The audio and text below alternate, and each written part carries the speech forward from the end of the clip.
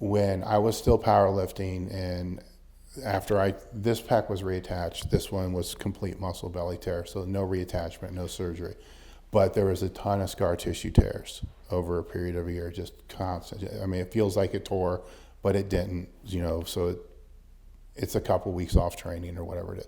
I found out when I always had chains on the bar that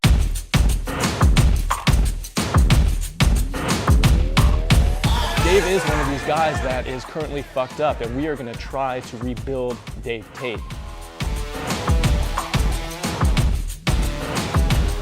Over the years, trashing the body, doing world-class things under the bar, it takes its toll. Dave's dealing with some big orthopedic issues, and after going through some of his medical history, some of his training history, and his current training status, we have some work to do. That's why I'm here at the elitefts headquarters, and we're going to be spending an entire day assessing, evaluating, and getting a game plan to move Dave Tate forward. So I want to break down the upper body training just like we did the lower body training yesterday. The lower body training was a little bit more involved just because we were picking squat variations again. We're looking at accessory work. We had single leg stuff that was brand new and novel. We had hip hinging that was brand new and novel.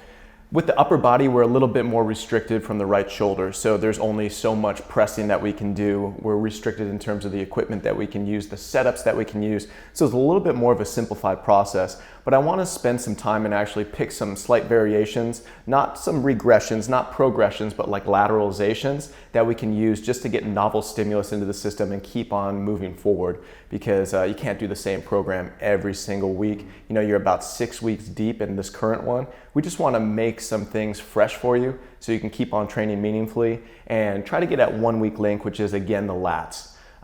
That's one thing that I want to really see today. I haven't seen any videos on your pulling, vertical pulling, rowing. All that stuff is the key for us. We know your bench press is going to be used with the shoulder saver. We know we're going to use accommodating resistance with your dynamic effort work. But really today I really want to focus in on that accessory work, really where we can build in around the shoulder, but more so build up that upper back and also the lats. Mm-hmm. Let's start with the max effort upper body day from phase 2 here. Let's go through it and just give me your thoughts on this, any modifications that you've made in the last couple weeks, any things that you've struggled with, or things that you want to see in the program. I had the same issues there that I had with the lower body, that I got 1 week waves. Yep. Basically work best for me. I've used more changing around the accommodating resistance bands, chains, sometimes bands and chains together. Right. On the flat press, we did a slight incline, which is in there. I mean, it's once again, I'm limited, but I'm not limited on bars. I think I threw a floor press in a couple times. Yep. Floor press with chains. So there's a lot of options there. It's just I might be able to go higher on the incline. I mean, I can't go a steep incline, but the shoulder saver comes back in. It's right. Still there with the incline. So there's some variance to where I could go higher. Do I want to? It doesn't matter one way or another. Declines are never good for me. It's just, plus it's too short of a range of motion to really do anything worth the shit. There are obviously no vertical overhead type pressing in there at all, nor can I do it. I can do a limited version, which you'll see, which is, is what it is.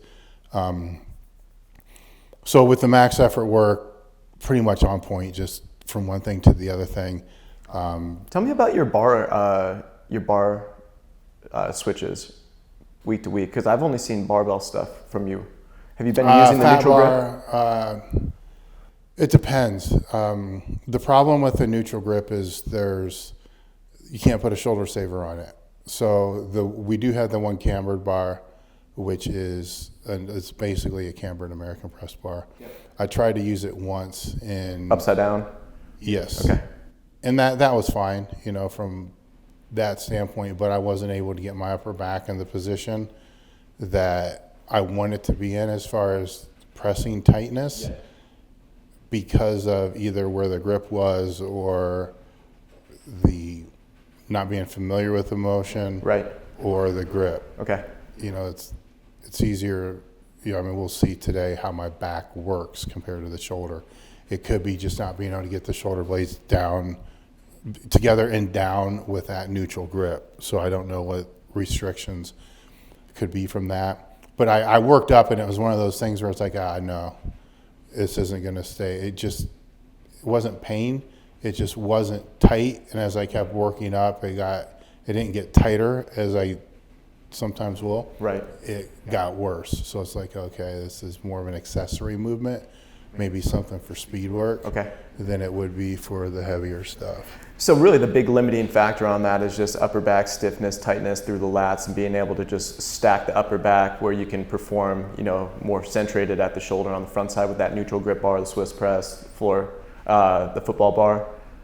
That sounds about right, though, because that's kind of what I started off with. We need to really work on that upper back. We need to work on that subscapular area and the lats just to make sure that thing is working, because you are dependent on your upper back positioning on the bench press. As soon as that shit falls apart, we have no leeway on the right shoulder. So we just really need to hammer that home. That's something that I'd like to see you being able to rotate bars in over the next couple phases, because it can make such a big difference in terms of the novelty. One thing I want to ask you about the bar that I was using yesterday, the reverse grip bar. What do you think about that one? I might be able to throw that in there. Okay. That's an option.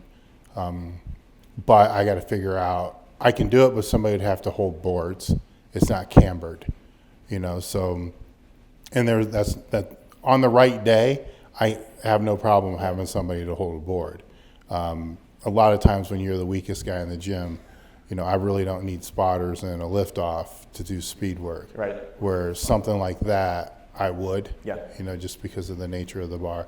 Even the slight incline, I need a lift off there because of where I'm pulling out from. Okay. But it can be worked in. I don't know if it would be worked in. I don't know how to program when it's going to be worked in, because it's going to be the biggest variable with that is who's here. Right. If there's somebody here, yes, it can be worked in. If there's not, no, which probably makes it more of a max effort option. Gotcha. Because that's what you're doing on weekends. That's more audible ready. Yep. That I can adjust. Where if there's nobody here and I got to do a max effort pressing, I can still do the floor press and set the pins up and not break my face if something happens.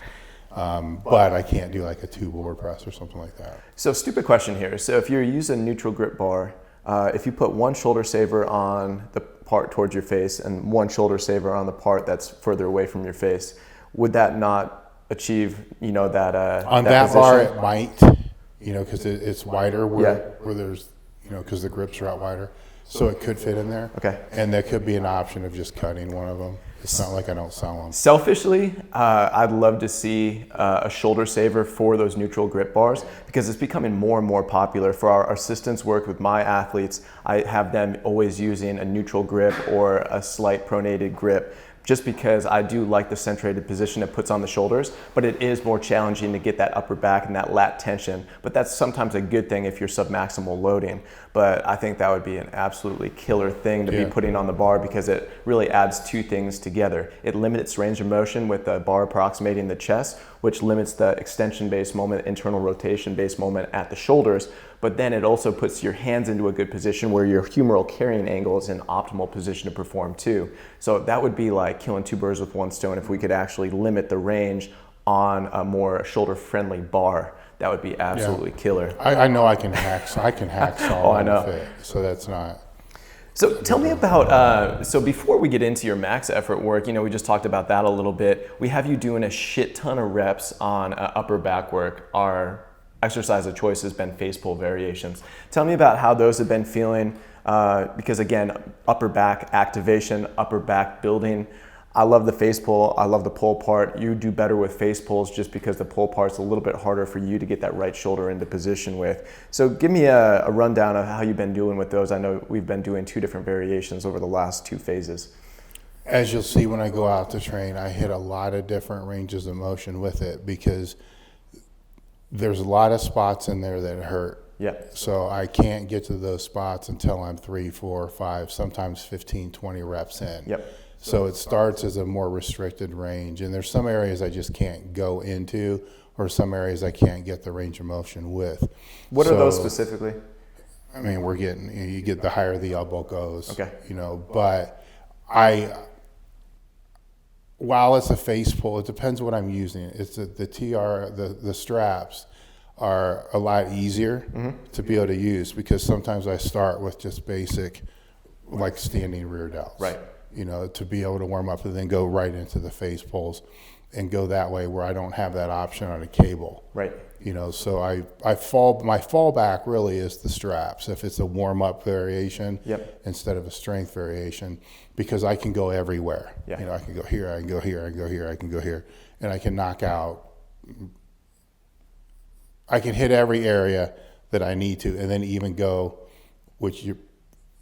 into the pain areas, which with my shoulder, the way my shoulder is, I do think I have to go into some of the pain areas to a degree. You definitely have to explore, just because we're in maintenance mode on that right shoulder. Especially the warm up stuff. Otherwise, it's going to hit me on the heavier stuff. Right. I wouldn't advocate other people doing that, because they don't have the mess that I have. But it's not the first reps either. I got to work into it. Then when I do find the reps that do have that pain, if the pain doesn't subside, say it's rep, we'll just say, I don't want to confuse people. Let's say it's rep 13, 14, 15, 16, whatever. So at 13, it's like, ooh, shit, found that hot spot. 14, 15, if it doesn't start to just get better, feel better, by 16, I'm out of that spot, because it's not going to get better. So the goal when I go into something that does have pain is it should subside with each repetition to over a period of 8 to 10, there is no more pain in that motion. Right. If that doesn't start to dissipate after 4, I'm out of it. Okay. And that's pretty much the same with any exercise I'd ever do. So a couple interesting things that you said, because I definitely want to stay with the face pull as your primer for max effort days. We need to find the angle of pull that feels best for you. Usually the angle of pull, it's not set standard for everybody. So I'm talking about where the cable is set, where the band's set, and relative to your face. So what I usually do is start people anywhere between the chin and the nose. That's kind of just 80% of people do good there. You're not 80% of people, you're an outlier. What we need to be doing is matching the angle of pull with where we want your scaps to go. Your right shoulder, we're elevated, we're protracted, we're internally rotated, we're kind of stuck here. We have restricted internal and external from this range of motion. That means that the scap comes up and around your back. What we need to do is actually normalize the scapular area, knowing very well that your glenohumeral joint is what it is. So what we need to be doing is using a higher angle on that face pull, something that you've already found. The reason that you're gravitating towards the TRX is because you're pulling down from a higher angle. It's a high angle face pull. That means that you're bringing the scaps down into retraction, downward depression, and downward rotation. So if we can do that even on a cable setup, if we can do it on a banded setup, I think achieving an angle of like 30 degrees up here over parallel, that's going to be your ideal angle, just because it's going to grease the groove of the range of motion that you have, but it's going to get your scaps working down into the range of motion that we want it to get in. And when you think about packing for the bench press, when we pack the shoulders and we actually get stiff in the back side of the shoulders, we need depression, downward rotation, and retraction together. That's where you sit with your scap against the bench, against your body, and you're in the most packed moment. So that's something that we're gonna work on today when we go out and actually do that. I know we've been having you in that half kneeling position. Just like getting you into those positions, it's worked really, really well. But as we start to get you in and meaningfully train single leg training, we don't have to get you into those positions anymore. What we're gonna incorporate is more of an athletic stance with your torso slightly forward, again, so we can achieve that higher angle pull. And again, we get you back on 2 feet. We get you actually incorporating your hips and your core into something like a face pull. You know, you've graduated up from those developmental positions where we can get up on 2 feet again. Because I know it kind of sucks doing like stuff from single leg the face or pulls half suck kneeling. because I do way more sets than what you have down there. Right. You know, so it could be 15, 20 sets of face pulls some days, some days 6. So that's a lot of kneeling up and down, which kind of sucks. But. Yeah, I mean, we can do it with bands, we can do it with cables. What I'd like to try to explore today is using those longer spud straps where it puts your hands into a pronated position, then you can actually externally rotate slightly. You have that slight external rotation. Even if it's 5 to 7 degrees, that's what you have. I want you to actually utilize it in. So I have a really good feeling about high angle, standing, athletic stance with the longer spud straps off the cable rack. I think that's going to be a really good variation. And it's something that we can start exploring more strength-based rep schemes with. Not like sets of 15 and 20 like we've been doing, but maybe cut it to sets of 8 to 12 and really actually add loading to this, because that's really the only way that we can get a muscular response in terms of hypertrophy in the upper back. We need to hit it in some rep ranges that actually challenge the tissues from a loading standpoint. Yeah. Again, that's like next step. We introduce metabolic stress first as a primer. Now we need to take one step forward and actually start loading. That's the one advantage that cable stacks have over the bands, is that you can really grade the loading over time and know where you're at, as opposed to the band, you know, if you're a half step forward, a half step back, you have no idea where it is. Yeah, you can use different resistance bands, but there's just so much variability in play. That's why I like using bands secondary in the week before a dynamic effort or something like that, because it doesn't really matter. But when we're looking at max effort, every single movement that we put in play for you, we want to see some sort of linear progression over a long period of time. So we'll start using that variation. So went over the primer, we got the max effort. Really your assistance work, I have it broken down into 2 planes of motion for the pull. We have assistance work happening at the horizontal plane and also at the vertical plane, knowing very well that the vertical plane is where you have the most restriction. So we're not training you into an overhead range of motion there. We know that we have restrictions there. It would be compensation patterns, and we don't want to train that. But we've been going through different horizontal patterns for you. I know you've struggled with some of these setups because originally we had you doing a bent over landmine row variation, kind of like a Meadows row at one point, and then we had you doing a single arm barbell row with the landmine. But the setup just kind of sucked. And tell me about like the variations that you're gravitating towards in terms of your rowing. I hate the single leg, the single leg, single arm. What's the difference? I hate the single arm stuff because, you know, it's 2 sets for one, so it's a training economy. It doesn't play a very good role. But what I've been sticking with is, you have different names for things than what I would call it. The symmetrical stance, single arm dumbbell row, using one of the kettlebells. You know, the reason for the kettlebell is it's easier to grab. Yeah, you know, it's because it's higher up, up, right. so it doesn't restrict the range of motion. It's just easier to grab. I'll use the 0 to 90 bench, you know, for support, or a lot of times I just use the bench press with the bar on it, because you have this lift off stands, and a lot of times I'm lifting people off, so it's just right there. Right. That the graduation of or going from dumbbell rows, split stance, or dumbbell rows, kneeling, to that was a huge difference, because if at first I didn't realize how much torso twisting I was using on the dumbbell rows, which typically if I'm training for aesthetics, or I was training for aesthetics in the past, I would never put dumbbell rows in because it always thickened my waist. So I know what it does, you know, just from the stabilization standpoint, but there's also that movement. Now, when you're in that, you know, whatever the stance is, the athletic based stance, you can, but you're not going to get much help from it. Right. You know, you can twist all you want, but if you don't have one foot in front of the other, you don't have a knee on the bench, you're not going to be able to cheat very much. So there was a tremendous drop in strength, you know, where it's come back to where it is. The Meadows row, I usually will opt out of that and just go back to something like this, just simply because of a setup standpoint. You know, by that time, that's like the 3rd movement in. Right. I'm almost done. It's like, oh, okay, do I want to go over there, grab the bar, set this shit all up, or just grab the kettlebells?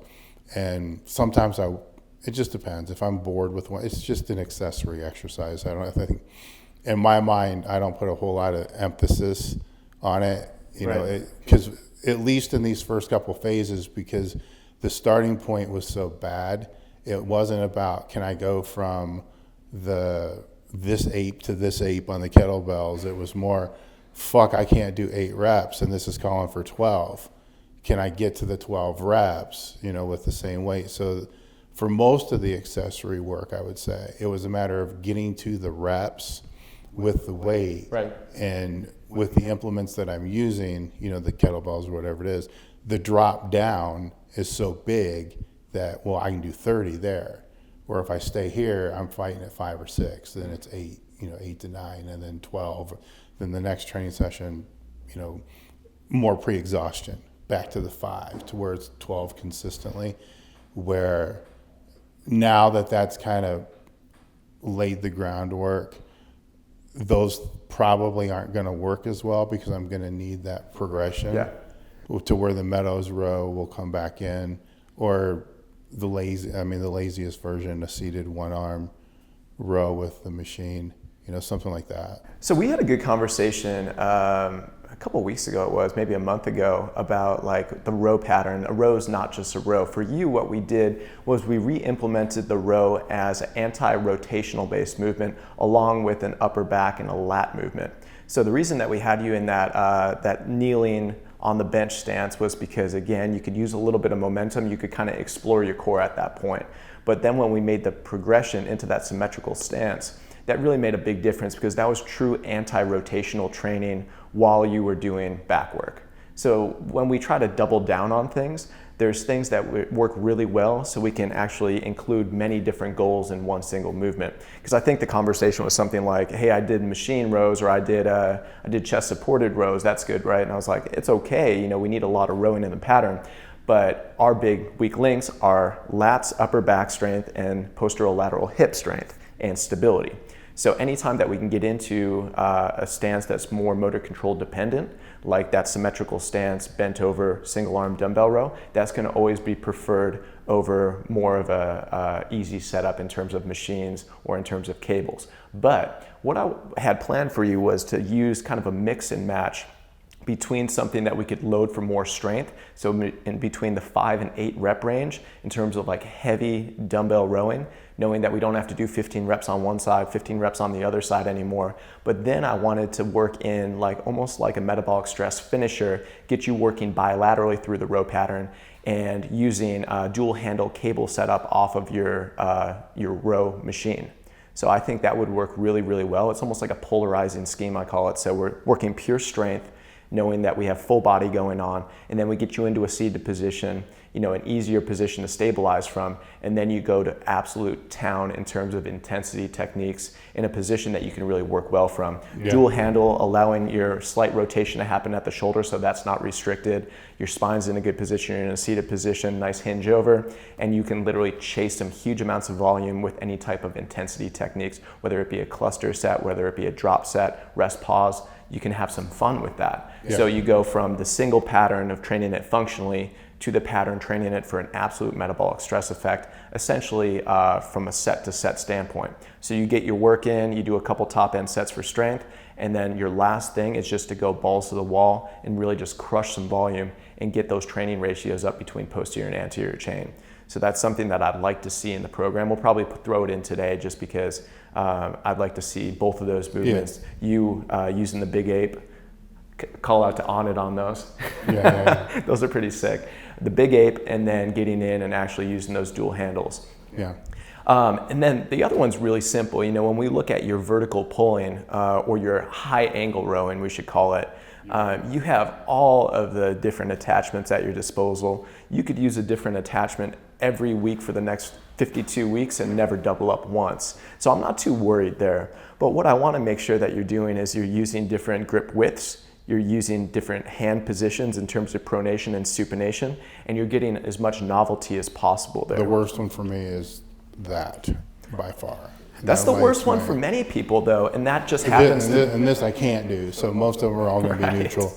But I do have, grip options that allow for supination. Yeah, so slight variations off of neutral. I can get here at the top, so it's more the body position, which you'll see. Yep. That there's a position I can get in, a position you'll see. I can get more range than what you think I can get, but it's it's a little tricky on how I do it. So there's a lot of compromising, Right. going on that is either good or bad. I don't know. For this, up till now, I've just stayed in the most neutral position I could, which Right. is leaning back to a degree, getting in the stretch, which isn't completely vertical without leaning into it or trying to get any type of lat stretch whatsoever, which that may or may not be a progression based upon what we see. I tried to keep that as a non-factor, keeping it out. So the lat work will be interesting for you to see. It's something too, I almost look at your direct lat work like I did the RDLs from yesterday. What I want to do is be able to train it a little bit more meaningfully in terms of the eccentric control. So I usually don't train the vertical plane of motion super heavy, but I actually want you to get into some strength schemes here. Yeah. Just because you can get some loading on those tissues through an eccentric moment and actually start linking up the kinetic chain again. Because right now we're like different pieces. We need to add those pieces back together. So we can have some fun with that with grip. You can add some variation with grip, but I think getting in and actually training it a little bit more heavy, more controlled, going back to like even those seated hamstring curls from yesterday, adding in the lats to the hamstrings, it made it so much harder. The weight was lower, you're in perfect positions. I want to essentially do the reverse of that. So I want to get your entire body into a position, full body tension, and be able to manipulate the tempo of those movements, just again so we can work on the weak link, which is eccentric control of the shoulder girdle, but also the mid and upper back. Mm-hmm. So those look really good. I mean, we don't have many options there, so it makes it very easy. So when we don't have options in terms of the setups, we need to use methods. Methods are tempo variations, they're intensity techniques, they're different ways to use the same exercise differently. So I think we'll do very, very well with that. We had your free time block there. You've been doing some direct arm work there. You've been doing some direct shoulder work there. I'm totally fine with that. And we can absolutely keep that in because it's keeping you sane. One thing I do want to touch upon, I kind of look at it as upper body emphasis, but it's total body work, is the loaded carries that we had you doing. So you've been using, what's the setup that you call? It's a rickshaw. It depends upon the day too. They may not be, I do loaded carries once a week. Mm-hmm. Okay, so it may not be on this day, and I'm going to explain why. If I'm doing an ass loaded chain, like I did last week, where there are 10 chain per side, I clean up, I won't let anybody help me put the chain away. So then I grab 2 chain loaded carries per hand, and that's sticking the loaded carries in. So if I do that, it's like, fuck the rickshaw. Did my loaded carries. Because that's covering the distance, it's covering the weight, it's taking care what's of the that. goal with the loaded carry? I look at carry pattern as locomotion. That means your body is moving through space. So if you go out for a walk, that's carry.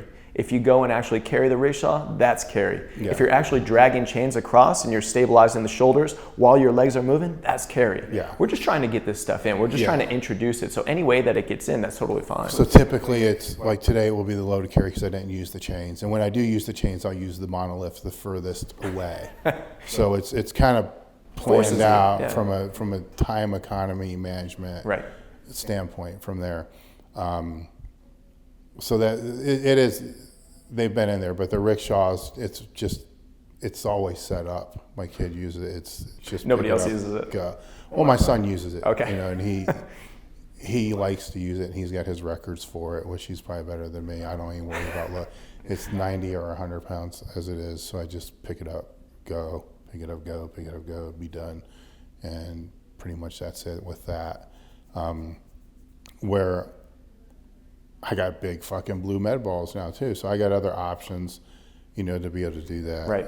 But yeah, we just started you in the basic farmer carry variation with your hands down to your sides because it's the most basic. It's the easiest way to start stabilizing the pillar complex together, shoulders, hips, core working as a unit. But we can use many different variations. We can use different tools, like I said before. I look at this as walking plus some loaded variation and just mixing and matching, making sure that the goal remains the goal, which is to link up the kinetic chain and just actually walk through space. So as long as you're getting it in a couple days a week, I don't really care what kind of loads you're using. I don't care what apparatus you're using. As long as it gets done, that's the biggest thing. Let's look into the dynamic effort day here. So this is going to look very, very similar. I know you've been mixing in accommodating base resistances for the speed bench. Tell me about your tempo manipulation on your dynamic effort bench. Has it always been rapid eccentrics for you? Rapid eccentric, rapid concentric, or have you been mixing in some controlled eccentrics there? It depends. You know, it's when I'm into the work sets, my goal is to be able to have faster down, faster up, because it is the dynamic effort method, right, which is simulating a plyometric. So right, faster down, faster up. Some days that doesn't happen. You know, if I don't feel that, and this is a lot of internal, you know, if I don't feel like I can get the force output, then I will slow it down and to a 1-2, you know, and then hit it. So it's based upon how I feel. If the elbow's fired up, there's no way I'm going to be catch. And I don't completely drop. I used to. I mean, we used to train that way, where you completely drop, catch off your chest, and push back up. That would be disastrous for me right now. But it's faster than most, you know. But if it's not there, it's not going to be, you know. So then it will be. I won't do a dead stop. So I'm not going to pause and hit and flex. Just the pecs are too tore up for me to want to risk doing that. I don't want to unload in any way, even if I stay tight. Right. You know, it's not the same as a box squat, you know, where you can stay tight and then press back out. But I do have, there's different gradients of shoulder savers that we have here that nobody else has, because we're working on different versions. I have a real soft one that sometimes I'll let it sink into and then hit out before, so it's not as much. So I vary that a lot. So I vary it if I have to change it during the day. You know, that's based on what I just call audible ready. So I can't determine what that is. It's going to be what it is. But for the most part, 90% of the time, it's what it's supposed to be. Okay. But I do vary it from the training 3-week cycle to 3-week cycle. And I did build in 3-week cycles where, again, with this, conditioning was the first most important aspect, as with the squat, where I was trying to build up 12, 15, 20 rep sets at a decent clip, you know, 60 seconds, or I think I started 60 seconds, then that was the turnaround. So it ends up being 90, you know, then got it down a little bit more. That was the first thing, is to be able to get there. And then it was, okay, let's wave and see, you know, how the chains always feel good, because there is a certain degree of deceleration. So the chains actually feel better than using just the straight weight. Then I tried chains and bands, and I did phase 2 there, which it actually, for me, it made me slower instead of faster. So too much too soon. And I know we talked about this, but I think it'd be really interesting for you to talk about, if you haven't done it before, is the mix of bands and chains, both of those accommodating resistances together, and the differences between that and bands only or chains only, and the way that you're using that. It depends on if I'm putting it in for myself, and this is why I don't think it helped me, because I'm lowering fine. You have to lower. I don't want to say you want to lower chaotic, but you have to lower chaotic and controlled, because it's a dynamic effort method. So it's kind of like a rubber band. So the faster down, the faster up, and I don't care if that's in gear or raw, but you don't want to bounce it off your chest. It's got to be controlled with that, because too much eccentric inhibition is going to take away from what you're going to be able to develop in the force. So if you're going to have that eccentric inhibition, then forget about the force. Just do a hypertrophy set. Just do 6 to 8. It's not the dynamic effort method. Just do a cluster set of 3s or whatever it's going to be. And what happens a lot of times is the lifter begins to get stronger, they'll begin to become a little bit slower. They'll have more inhibition, lower and heavier weight. So you'll watch and it's like, oh my God, dude, you're taking like 7 seconds to lower the weight. And some people get away with it. That's their style and it works, but it's still not the most efficient, because it's more time under tension, which is going to pull away from the strength. You put a band on there, it forces it to come down a little bit faster. So it's neurally teaching you to lower it faster, but you still have the chains on there, so you don't have to use an overwhelming amount of bands. The chains, when put on the bar properly, will completely deload at the bottom. A lot of people have not figured this out yet, and it drives me fucking insane. Hanging it from just the collars. Yes. And then if you count, there's like, I mean, say each link 10 weighs, pounds of deloading. Yeah. if that, because each chain link weighs like a pound. Yeah. So you see 3 chains come off, and then 3. It's like that's the total, fluctuation of 10 pounds. And it's super hard to stabilize with the chain swinging too. Yeah, and then that's my whole point. And that's a training method. If you want to have the chains on there for stabilization, then get them the fuck off the ground. Let them swing a little bit. Now, if you're going to put them on there to where they're going straight from the top, straight to the bottom, now you're grounding the bar. All right, so that's got a purpose as well. So they all have training purposes. Right. But to use it and say it's accommodating resistance when there's only 6 pounds coming off the bar, it's fucking stupid. Somebody made a comment on my one video. It's like, I don't understand, 90% of the chains on the floor. Well, yeah, it's not. We're not counting. I'm not writing 800 pounds at the top. It's 4 plates, 10 chain. Yeah. That's kind of how you add it up. But now with the bands, on the other hand, that there's a certain degree of tension that stays on the bar. So if it's a mini band doubled up, it's about 40 pounds on your chest. So that has to come off the bar weight. So if you're doing dynamic work and you usually use 200 and you use the bands, it's got to drop down to 160 because that 40 is staying on there from that standpoint. Right. So when you're using chains and bands, you still have to accommodate for that a little bit, but not as much because you're not going to use as much band. If you're using a ton of band and a ton of chain, then you got to ask why the hell are you doing this? Because you're negating the purpose kind of both. Well, I've seen that people have a really hard time dialing in band tensions. They don't know how to set up the chains. And then in like the functional guru training world, the ones that really are worried about getting hurt in the gym, they're like, band training is dangerous to the joint. I've seen the opposite effect. I've seen with lighter band tensions, it actually kicks on neuromuscular control so you can actually centrate joints properly and you can volitionally control the positions graded through that range of motion. But when you put on too much band or you train too much with band, I could see that over a 6-week block or something, only training with bands, that could beat you up a little bit, but no intelligent lifter is gonna do that. Like you said, you're going from bands to straight weight to chain to bands and chain together, and you're wave loading this stuff very intelligently, and that's a good way to go about it.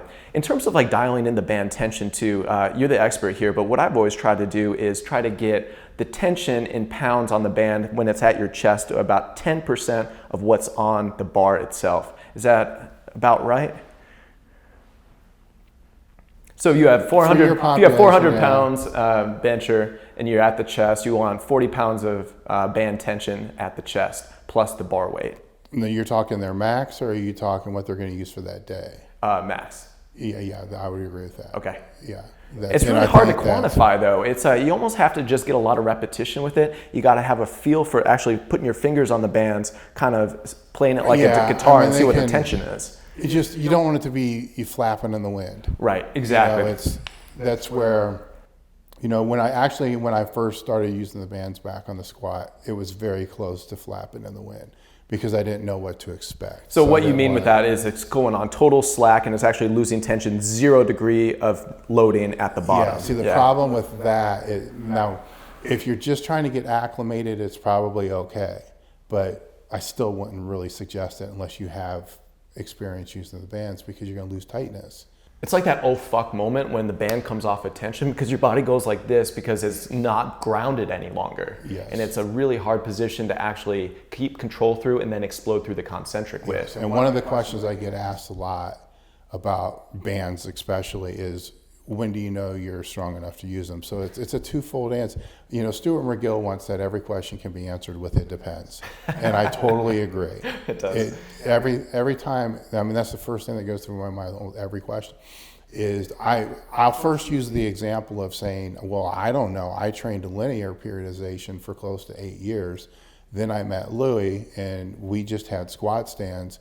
and just did the regular dynamic effort training for probably 2 or 3 years. And then somebody brought in chains.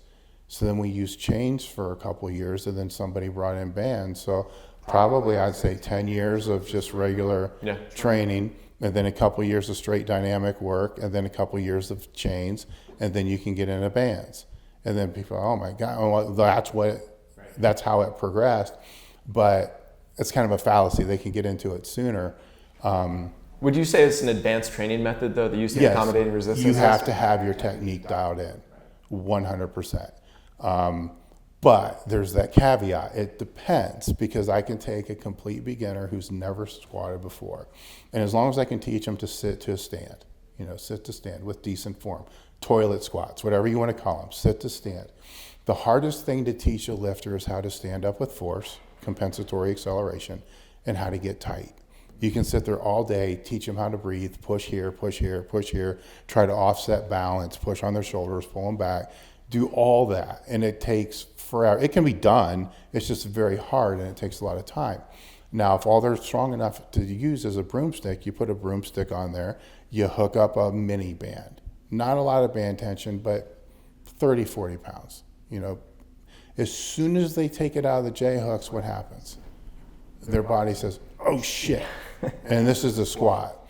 So as soon as they take it out, everything in their body fires to be stable. Right. Without any conscious effort. Then if they sit down and they go to stand back up and they don't stand up with force, typically they're going to sit down, they're going to stand up, sit right back down. Then they're going to stand up fast. So you just taught them two things like that isn't, it's a trick. It's not a real teach, but at least mentally they know this is what it's supposed to feel like. This is what tightness is supposed to feel like. And I use this as a trainer all the time. And then I pull it off. And I'm like, now let's find that same feeling now that you know what it feels like. So a true beginner can benefit from it because it gives them something, because they've never felt what it feels like to be tight before, except maybe bearing down when they're taking a shit. But then their chest is in the wrong position, their head's not right. So there's a lot of variations, and it's a hard question to answer until you know who the person is. But I would say technically they have to be, if it's real bands that we're talking about, they have to be on point. Chains, there's more room for error, but the bands, and I'm not going to say they're dangerous because anything can be dangerous, but the bands, the one thing that they do from a negative standpoint for a lifter is they really do ground you.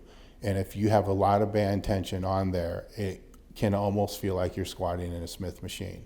So then when they're taken away, you feel that you have more explosive force, but you also feel a loss of stability because they're not grounding your feet to the floor. I've taken so much shit over the years because we do like the return to squat protocols, and we go from goblet squatting, we use the box squat, and before we actually get to straight weight, I have people use very, very light band loading off the box. People are like, oh, it's a dynamic effort method for people that have lower back pain. Like, oh, not so fast. We use very, very light band tension to the point where they can actually overcompensate and get more loading on the bar as if they didn't have the bands on. So they're actually stronger. Say that they're squatting 315 with very, very light banding off the box. They can only squat 275 without the bands. That means that they need to bring up their neuromuscular stabilization, their linkage. And that's another really good teaching tool. But again, I think the big difference here is we're talking about dynamic effort method for you. And then this other method, training around pain or being able to link up neuromuscular systems, that's almost like an RNT based method, reactive neuromuscular training, where we're just trying to fool the body into restabilizing itself. Kind of two different things using the same tool. And for me now, the bands I do think are, I have a bias. The bands are superior for building strength. I've seen it time and time again, but my overriding goal is not to build strength. So I only use the bands if I feel that my force development's fallen off, because I can bring it back up much faster. My force development, when it's, I don't want to say peak, but when I feel it's where it needs to be, I can do zero dynamic work and maintain that for 6 weeks.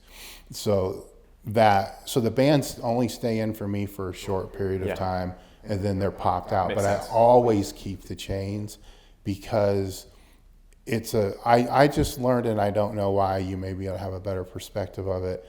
When I was still powerlifting, and after this pec was reattached, this one was complete muscle belly tear, so no reattachment, no surgery. But there was a ton of scar tissue tears over a period of a year, just constant. I mean, it feels like it tore, but it didn't, so it's a couple weeks off training or whatever it is. I found out when I always had chains on the bar, that never happened again. So it was either, I think it was getting me to decelerate at a different rate. I don't want to say it earlier, and I don't want to say later, but having that on there became safer I never re-injured my pec when I had chains on the bar. Straight weight, and I don't know if it's because the strength curve isn't being accommodated and it's just coming up so fast that it pops.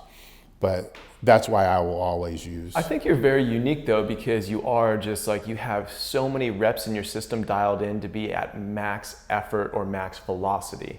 So meaning that you're going to accelerate through a greater range of motion than the average person. So as you bring that bar off your chest, you're going to continue to accelerate up. But if you don't have that natural deceleration process for you specifically, say you get 3/4 through the range of motion, you're still not decelerating, you're going to have joint impact at the top. As soon as you have joint impact, the soft tissues go, oh fuck, and they go and they turn on at increased rates. It's rapid rates that they actually contract with, and it's a co-contraction happening from anterior posterior chain.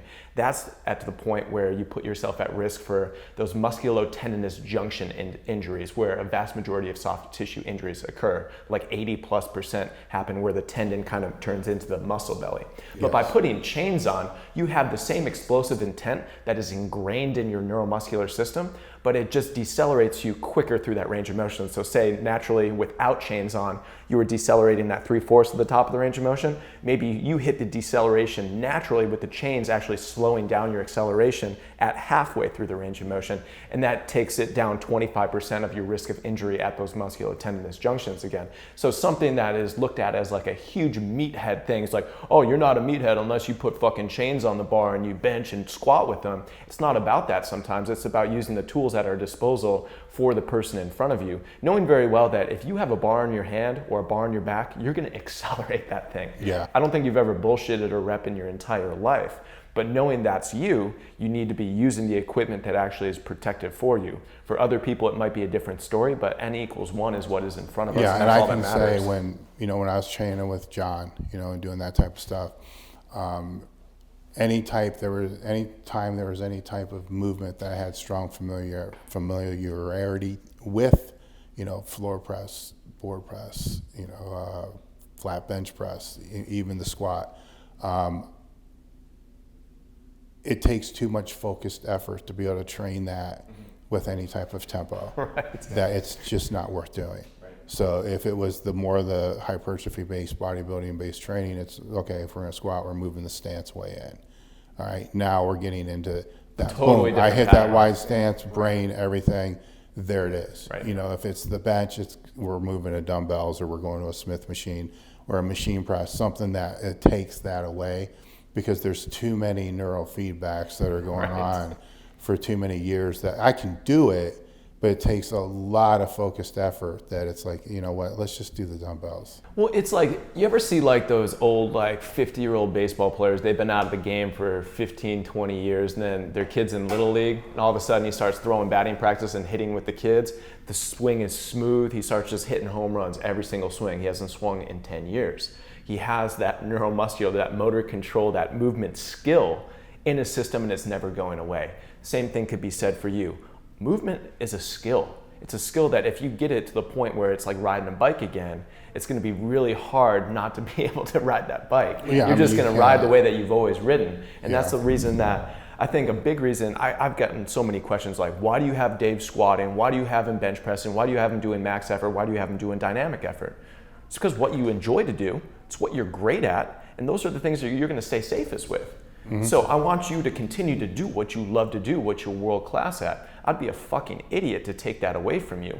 But where I'm trying to do is just dial in your accessory works, dial in your preparation, having you do what you love to do, I think that's a big mistake. Sometimes that in the rehab process or in the functional training process, we take away what people are inherently gravitating towards in terms of their training. It's like if you take that away from somebody, the longevity with that training is going to be next to nothing. They might go through a phase, they might go through 2 phases. If you're not having fun with your training, if it doesn't drive you forward, you're not going to stay with it very long. No. People are going to do what they want to do. That's a good point, because, you know, when I first retired, I gravitated towards dog crap training. Yep. You know, because I wanted to get in and out, and I still wanted to train hard. And before I came to Westside for the 8 years I was powerlifting, that's kind of how I did my off season. My off season was that evil term, HIIT training, but all my off seasons were HIIT training. So the first thing I would do is not train for a month. Then I would go back in and I would basically just do HIIT training because I wanted the biggest bang for the buck. I wanted to get in, I wanted to get out. I wasn't training for anything. It was just a matter of, can I put muscle on and keep moving, and have one day where I just did form lifting is what I called it. So 135, 135, 135. And that worked, and it built muscle, because it will, you know. Plus, I didn't do anything for a month beforehand, so anything was going to work. Right. So there's always multiple. When you're a nerd like I am, you're looking at, you think you have it figured out, then you find out 5 other reasons why it could be.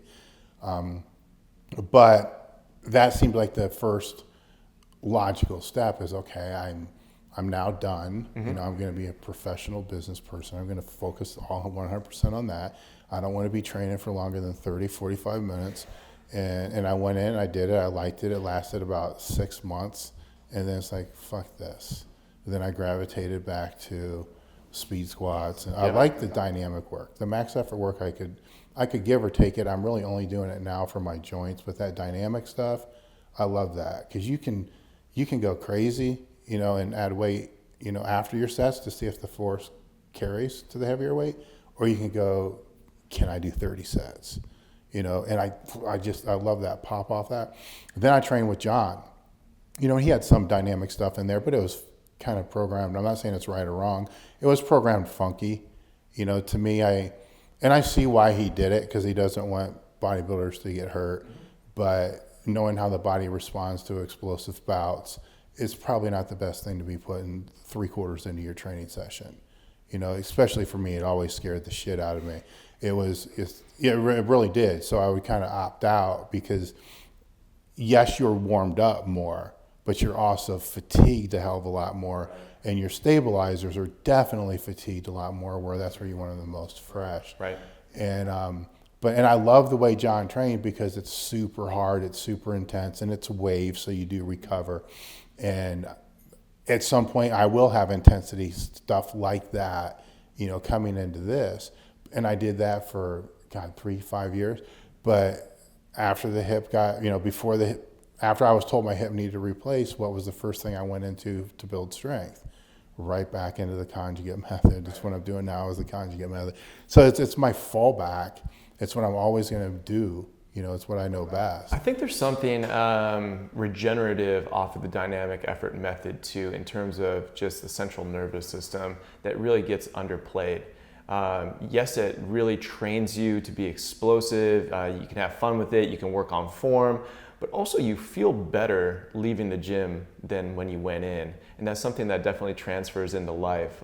Many of our clients that are like the high performers, the CEO types running businesses, we have them doing a lot of dynamic effort work just because they feel like a fucking boss when they get out, and then they can transition that into their life. I know me specifically, like I put it on the weekends, because the weekends are usually for neuromuscular restoration for our programming. And that's when I'm doing seminars, or I'm teaching, or I'm working with clients. That's where I want to be freshest. So I'm using that method in the training so I can actually transfer it into my day on Fridays, on Saturdays, on Sundays, so I can be at my best.